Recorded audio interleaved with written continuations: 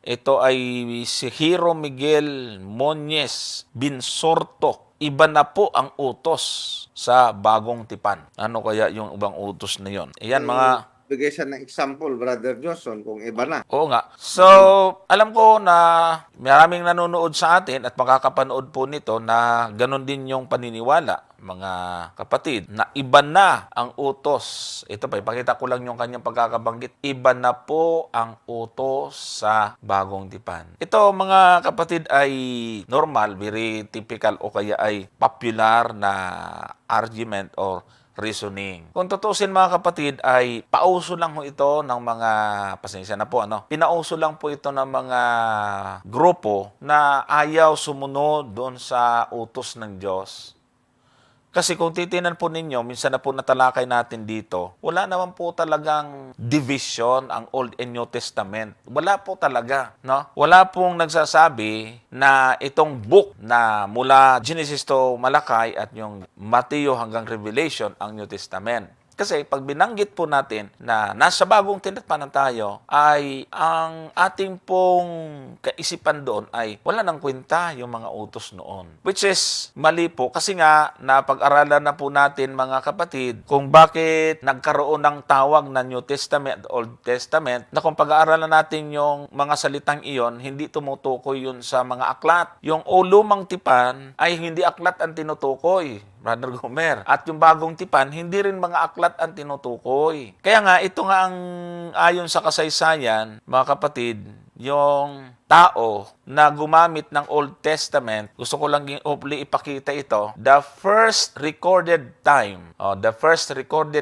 this kind of designation was used by Melito of Sardes in the late 2nd century, recorded in Eusebius' Ecclesiastical History. Yan, ayan din po, may link niyan. Pwede niyong puntahan po yan. So, yung kaso nga po nito, nung gamitin ito ni Melito of Sardes, ay merong isang tao na nagbigay ng kanyang pananaw tungkol sa bagay na ito. At ito nga po ang nakita natin, nakita nyo po rito, may link pa po ito. Ayan. Now, I question about this designations. Kasi binigyan po ng designation may Old Testament, may New Testament. Sabi niya rito, recently I had a conversation with a theologically minded friend who objected to calling the Hebrew Scripture the Old Testament. Yan yun. Kasi nga, yun ang Hebreong kasulatan, yun yung tinatawag na Old Testament. His concern seemed to be that using that appellation implicitly conveys a sense that the Hebrew Scriptures were not relevant to the Christian church. Issues of nomenclature are by no means irrelevant, but instead communicate our most basic assumptions about a given reality. So, ibig sabihin, yung isang tao na naglabas ng kanyang pagtutol doon na tawaging Hebreong kasulatan na ang Old Testament, Hebrew Scripture ay Old Testament, nababahala siya na wari ikang yung paggamit ng word na Old Testament ay aakay sa mga tao o maghahatid ito sa diwa na itong aklat na nasulat sa Hebreo ay hindi na parang hindi na ito mahalaga o wala nang hindi na nangangahulugan, parang wala nang kwenta. So, hindi ho nangangahulugan mga kapatid na hindi magkaugnay ang tinatawag nating Old Testament at New Testament sa ngayon. So, yun nga ang nangyari sa termino na yon, dinala talaga ang mga tao sa kaisipan na wala na tayo noon, ngayon na tayo. So, na-influensyan po kayo ng isang mali. Kung tutuusin ay ang layunin talaga nitong ni Melito of Sardes ay bigyan lang po ng termino. Kumbaga, termino lang yung ginamit niya. So, ang nangyari sa conclusion ng mga nag-aaral ngayon, wala na yan. Kaya merong lumabas na tanong ngayon sa atin na iba na. Pero napatunayan natin, at minsan pa ay ating pong bibigyan kayo ng mga talata, na maraming binanggit sa Bagong Tipan na matutuklasan mo din o mandoon din sa lumang tipan na tinatawag ngayon. So, ibig sabihin ay pansamantala nating sang-ayunan yung termino na Old Testament, New Testament, at magpapakita po kami sa inyo ng mga talata na may mga utos. Kahit na ngayon sana sabing bagong utos nasa Old Testament na rin yung 13:34 ng Juan. Sige, Brother Gomer. Ayan, maraming salamat, Brother Johnson. Well, doon sa kanyang sinabi kasi na iba na ang utos, parang ang implication kasi nun mga kapatid, parang wala na talagang utos na susundin ka mula doon sa Old Testament. Parang ganon. Parang ganun ang lalabas. Pero, madalas naman nating makita, Brother Johnson, kung bakit sinasabi ito ng marami na iba na ang utos, kapag ka inugat mo talaga doon sa malalim na pagsusuri, ay isa lang naman talaga ang iniiwasan. Okay? Aminin man nila sa hindi, wala po silang ibang iniiwasan dyan, kundi yung ikaapat lang na utos. Ang problema nga lang ay hindi nila pwedeng ihiwalay nga kasi kaya nga ang nagiging arguments iba na, no?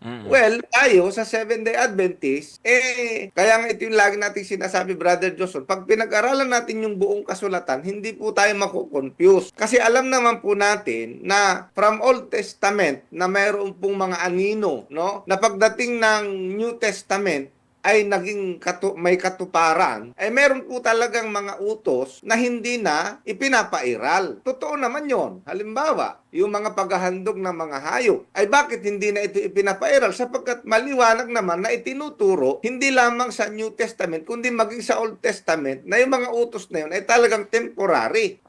Ano pa ang halimbawa? Halimbawa, yung pagtutuli. Kaya doon sa Old Testament, hindi pwedeng hindi katuliin eh. Di ba? Pero dito pagdating kay Apostol Pablo, walang kinalaman yung pagtutuli sa kaligtasan. In that sense, pwede mong sabihin na iba na. Pero kung ipapasok mo na ngayon yung moral, yun ang magiging problema. Kasi nga, halimbawa, babanggit tayo ng utos, yung huwag kang magkakaroon ng ibang mga Diyos maliban sa akin.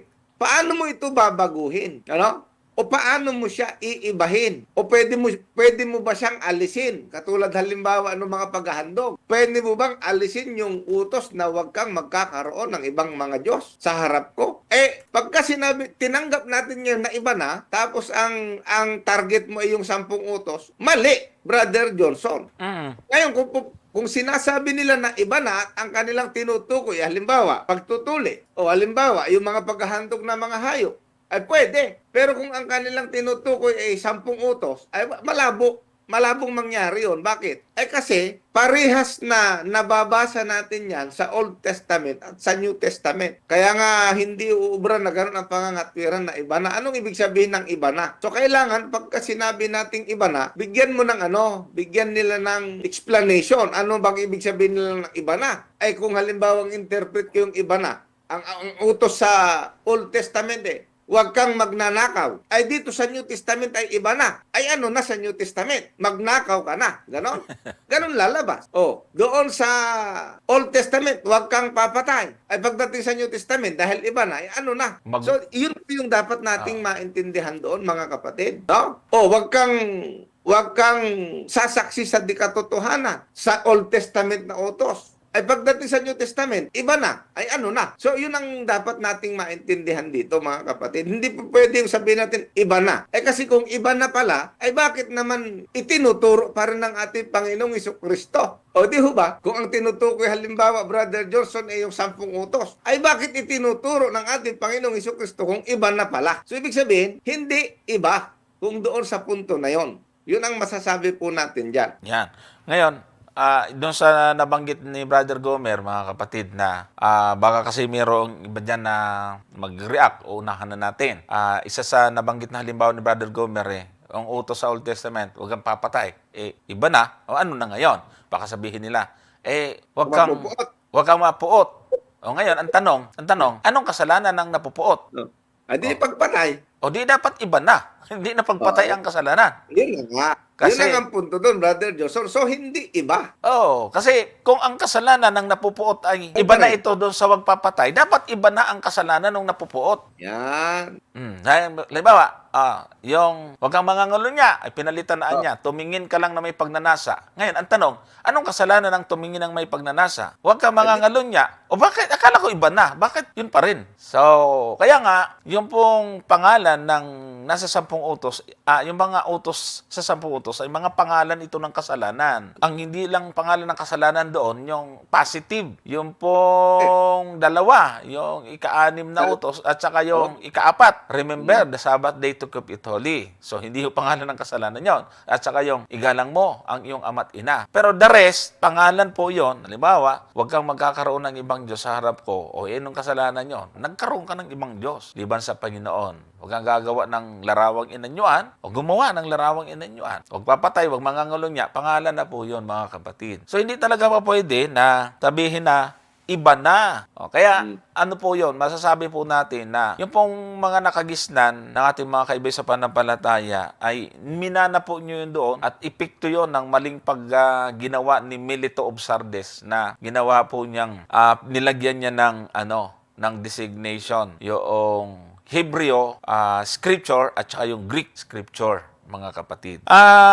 Merong isang marahil ay sasabihin ng marami, yung nga sa Juan 13:34, bakit sabi dyan, bago nga meron bang bagong luma? So pag-usapan nga natin ito. Sabi po dito kasi sa talatang 34 ng kapitulo 13 ng Juan, isang bagong utos ang sa inyo'y ibinibigay ko, na kayo'y magag-ibigan sa isa't isa, na kung paanong iniibig ko kayo, ay magag-ibigan naman kayo sa isa't isa. Ayan, bago, bago. So, Brother Gomer, bago Bakit sabihin yung luma pa rin? Bakit bago? Ang utos kasi diyan talaga, Brother Johnson, ay yung mga ibigan sa isa't isa.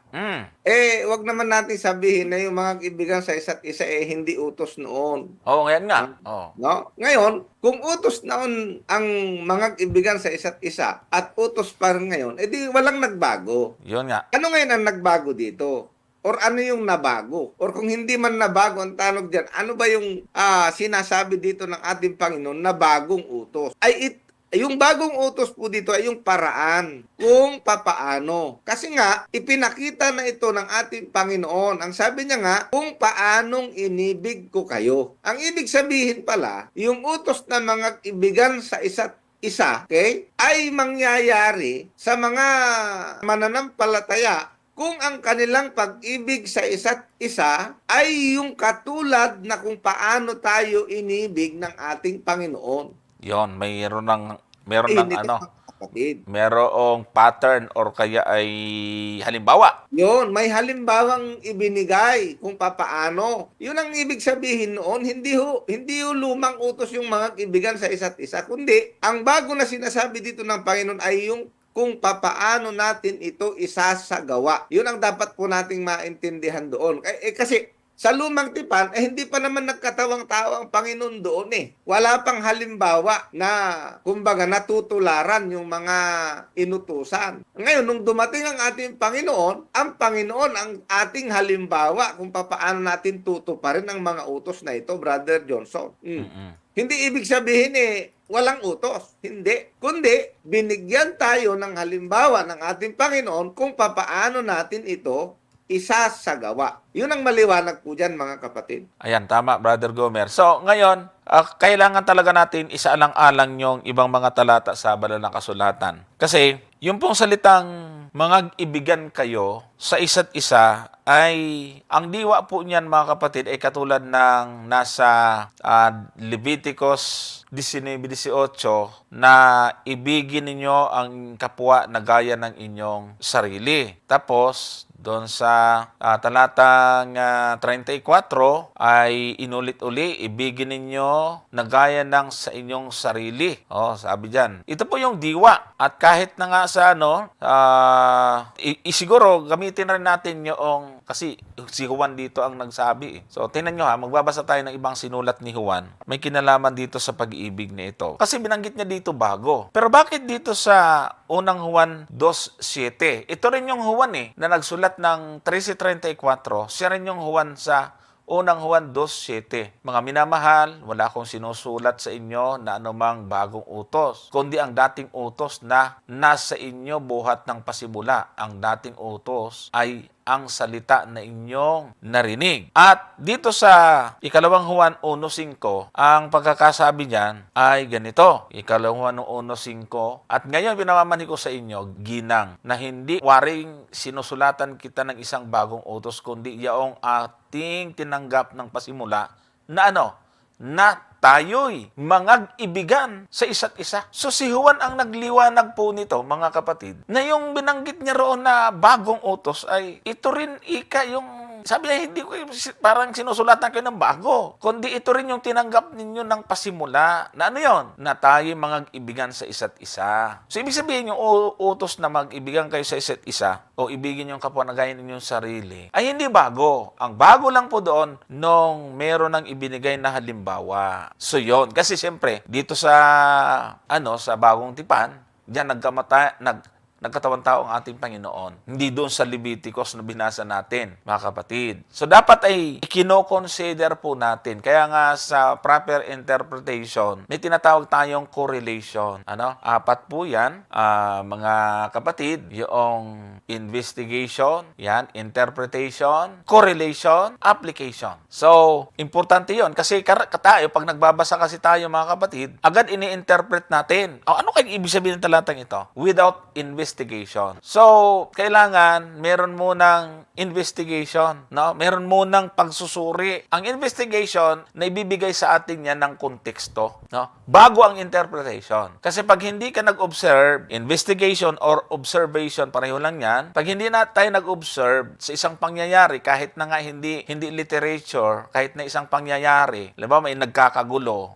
pumunta ka roon, mag-observe ka muna, ano bang pinagkakaguluhan dito? Saka mo maintindihan, meron palang banggaan, limbawa, okay, mayroong nag-away. Kasi nag-observe ka. Hindi ka pwedeng mag-conclude. Uy, ba't ang nagkakagulo dun? Malamang, ay may ganitong nangyari yan. So, interpretation ka agad yun. Observation muna, bago interpretation. At after ng interpretation, mga kapatid, correlation. Iko-correlate natin siya sa ibang talata. Nag-conclude ka, bago nga. Paano to ngayon? Sabi, si Juan din ang nagsabi, hindi naman yan yung bago. Hindi naman yan bago, ika. Yan din yun, yung narinig ng pasimula. So, nagkaroon ng labanan, contradiction ngayon si Juan sa kanyang sarili. Kaya kin-correlate po yan, mga kapatid. Tapos, yung panghuli, yung application. Siyempre, naintindihan naman natin yan. Hindi naman natin in-apply sa ating sarili. Wala rin. So, ganun po yon. Kaya, sana ay mabigyan ito ng pansin ng ating kapatid. Basahin natin siguro, Brother Johnson, yung halimbawa na gustong sabihin ng ating Panginoon na kung paano ko kayo inibig ay ganun din naman kayo mag-ibigan sa isa't isa. So, paano ba tayo inibig ng Panginoon? Babasa tayo ng ilan, ha? Sige. O dito sa Colosas, halimbawa, Brother Johnson, tingnan po ninyo. Sa Colosas 3 ay mayroon pong ganitong binabanggit si Apostol Pablo sa talatang 12 hanggang 13. Magbihis nga kayo gaya ng mga hinirang ng Diyos na mga banal at minamahal ng isang pusong mahabagin, ng kagandahang loob, ng kababaan, ng kaamuan, ng pagpapahinuhod. Verse 13, mangagtiisan kayo sa isa't isa at mangagpatawaran kayo sa isa't isa kung ang sino man ay may sumbong laban sa kanino man, na kung paanong pinatawad kayo ng Panginoon ay gayon din naman ang inyong gawin. So ito ay mga practical na Brother Johnson na pamamaraan para maisakatuparan yung utos ng Panginoon na mangag-ibigan sa isa't isa kung papaano tayo inibig ng ating Panginoon. O ano pa? Ang sabi naman doon sa unang Juan, sa 3, ang talata ay 15. Basahin natin. Sabi naman diyan, 3:15 ng unang Juan, ang sino mang napupuot sa kanyang kapatid ay mamamatay tao. At nalalaman ninyong sino mang mamamatay tao ay hindi pinananahanan ng buhay na walang hanggan. Verse 16, dito'y nakikilala natin ang pag-ibig sapagkat kanyang ibinigay ang kanyang buhay dahil sa atin. At nararapat nating ibigay ang ating mga buhay dahil sa mga kapatid. So, ito yung maliwanag, Brother Johnson, na kahulugan ng ibig sabihin ng ating Panginoon na mangag-ibigan kayo sa isa't isa, na kung papaanong inibig ko kayo ay gayon din naman kayo mangag-ibigan sa isa't isa. Yun ang dapat nating maintindihan. Pero, tandaan natin na yung pag-iibigan sa isa't isa, Brother Johnson, ay hindi lamang dito sa New Testament. Actually, Brother Johnson, ang unang mababasa natin na nag-apply nito na hindi niya inibig yung sarili niya, kundi mas inibig niya yung iba. O tingnan po ninyo doon sa isang talata ng Exodo. Sa Exodo 32, ang talata ay 32. Basahin po ninyo ito. Sabi dito, Ito ay pagkatapos na magkasala ng bayang Israel at itong si Moises ay namagitan. Tingnan po ninyo yung kalooban dito ni Moises. Gayunmay ngayon, sabi niya, kung iyong ipatawad ang kanilang mga kasalanan at kung hindi ay alisin mo ako, isinasamo ko sa iyo sa iyong aklat na sinulat mo. Abay, matinding pag-ibig ito, Brother Johnson, ni Moises sa bayang Israel. Na nakaredy siya na isakripisyo yung kanyang sarili para lamang sa bayan ng Israel. So, ibig sabihin, yung pag-ibig sa isa't isa, na gaya ng pag-ibig ng Panginoong Hesukristo sa atin, abay, si Moises ang unang nag-apply sa lumang tipan pa, Brother Johnson, na hindi niya inibig yung kanyang sarili, mas inibig niya pa yung bayang Israel. So ito yung dapat nating makita dyan, mga kapatid. Kaya yung prinsipyo ng pag-ibig sa isa't isa na ibinibigay yung kanyang buhay para sa iba, ay nakita na po natin yan sa Old Testament pa lang, Brother Johnson. No? At ibinigay ito na halimbawa ng ating Panginoon, kaya ito yung dapat nating tularan. Okay.